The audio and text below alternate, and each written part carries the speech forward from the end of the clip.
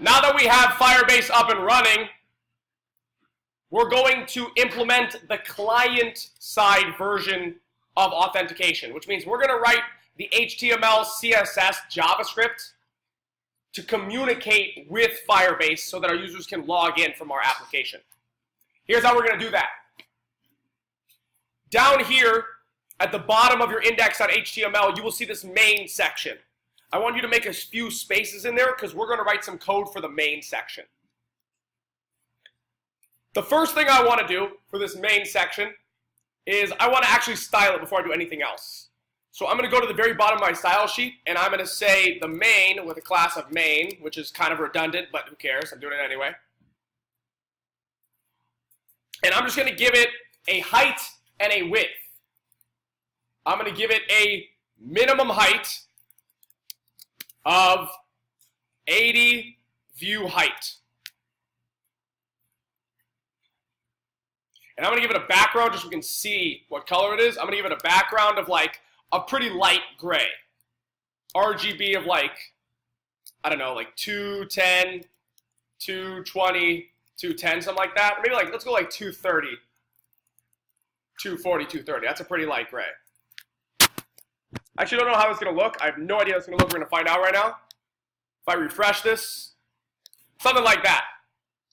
A pretty light gray. And you'll see there's still a little bit of space at the bottom for our footer that we're going to add in a second.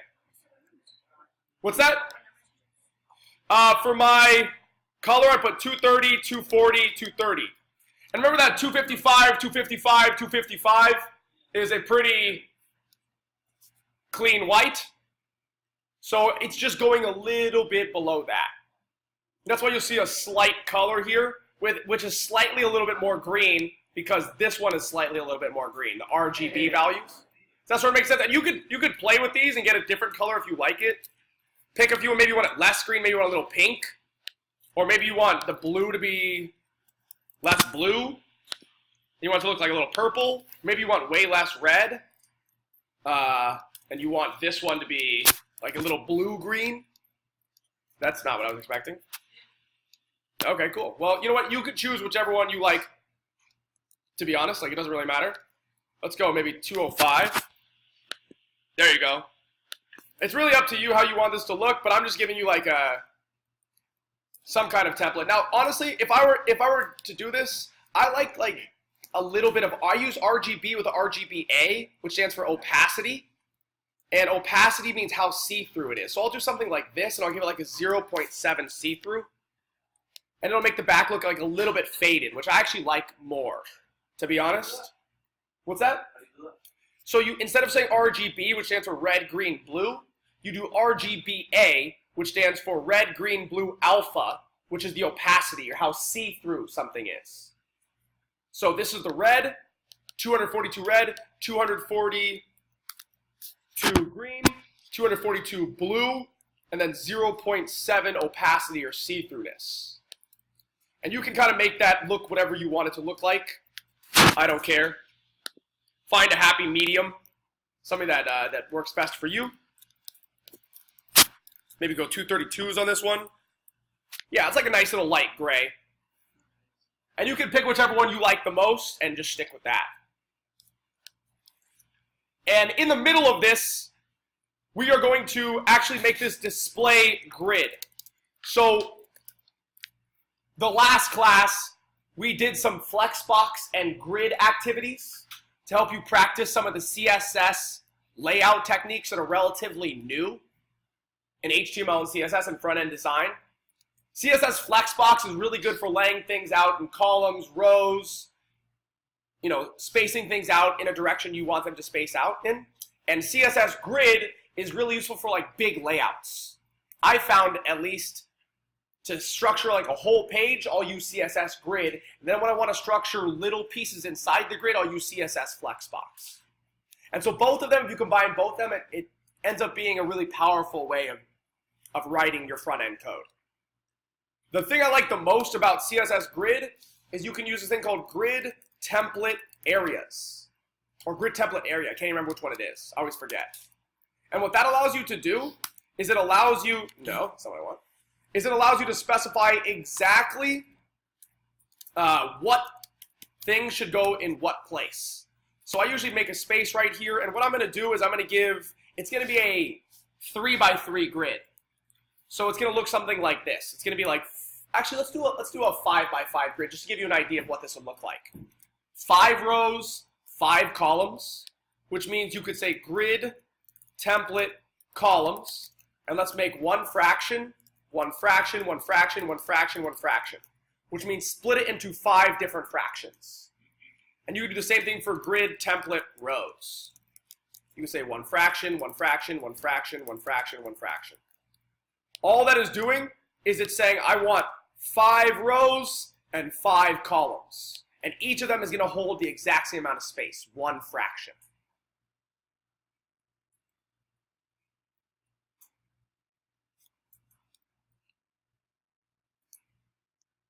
Now this can be useful when you want to position things in certain places. And so I end up using these things pretty frequently. Grid template columns, grid template rows, and grid template area. These are the 3 things I use almost all the time. Or I think it's grid template, is it grid template rows or grid template row? I can't remember. I think Cloud9 doesn't recognize it because it doesn't recognize 1 fraction yet, but it is a valid thing, so don't worry about it. It does work. Now inside the main, I'm going to show you what happens when we start putting some divs in there, okay? Or start putting a few things in there. Now because there are 5 things per row, if I put a few divs in here, and I number them like so, you will see those appear in exactly 5 spaced out fractions across the page. So 1, 2, 3, 4, 5. This splits the whole page into 5 fractions. And then if I put 5 divs in there, it'll line them up in a perfect row exactly as I specified in my style.css, which is I want each column to have 1 fraction of space. Does that make sense how grid template or grid template columns works? It just says, how do you want your columns to be laid out? I want 5 columns, each with the same amount of fractions. Now what I could do is I could make one column way bigger. I could make this one 4 fractions or something. And if I do that, the middle column will be the biggest. And you can see that the middle column is huge here now. Do you all see that? Are those numbers too small? Can you not see those numbers? Should I zoom in a little bit? Can you see that? Is that a little easier to see? You can see here that the whole thing is spaced out. And this middle column has the most space. I give it 4 fractions. Now, I actually don't want that, so I'm going to go back to 1 fraction. But this is an easy way to space out your divs in a grid. It just ends up making your life a lot easier. Yes, question? Now, if you do not have grid template columns, display grid or grid template rows, this will not work. Just as a heads up. It needs to look exactly like this. And I'm going to show you how to use most of these things in a second, but I just want you to be able to see this one for right now. And so mine came up on the bottom. Now I'm actually going to make a bunch of these just so you can see every one. There's 5 divs. There's 5 more. This should take up the 2nd row. And I can do that again for the 3rd row.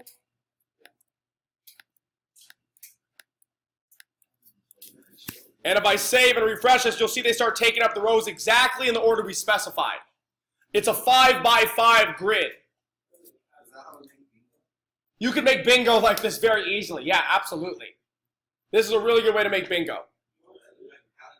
Yeah, you can do that. I'm just giving you an example of, or a calendar. If you want to make a calendar app, grid is a really good choice for that. Good point. Now in this case, we have 25 different cells that you can think about.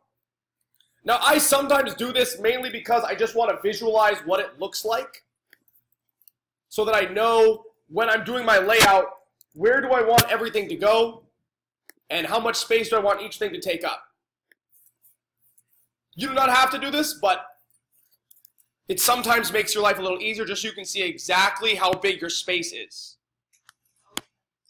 Cool? Now, the next thing I'm going to do is I'm going to figure out how much space do I want this login screen to take up. And so I'm going to put a little login div right here from 7 to 17, over to 19, up to 9, and back to 7.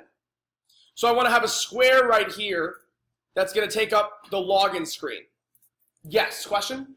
You see questions? Nope. So when I look at this whole little area right here, from 7 over to 9, down to 19, over to 17, is going to hold a little login screen. And to do that, I want it to start here and end here. I want it to start here at this row and end at this row. So you have to think about this in terms of rows and columns. 5 rows, 5 columns. So I'm going to delete all of this really quickly. Well, I'm not going to delete it. I'm just going to comment it out. And then I'm going to put one div in there. Now this one div, I'm going to give a class of login holder. It's going to hold all of our login stuff. How do you comment it? What's that? How do you make it disappear? To comment, you highlight the whole section and you press command question mark. And it'll comment and uncomment it like that. Now my problem here is this div with the class of login holder. Right now if I do this, it only appears in this top left corner. I want to change that. I want it to take up the middle section. I want to tell it what column to start at, what column to end at, what row to start at, and what row to end at. And so to do that, actually, you know what? I'm going to do that in the next video because this video is a little long.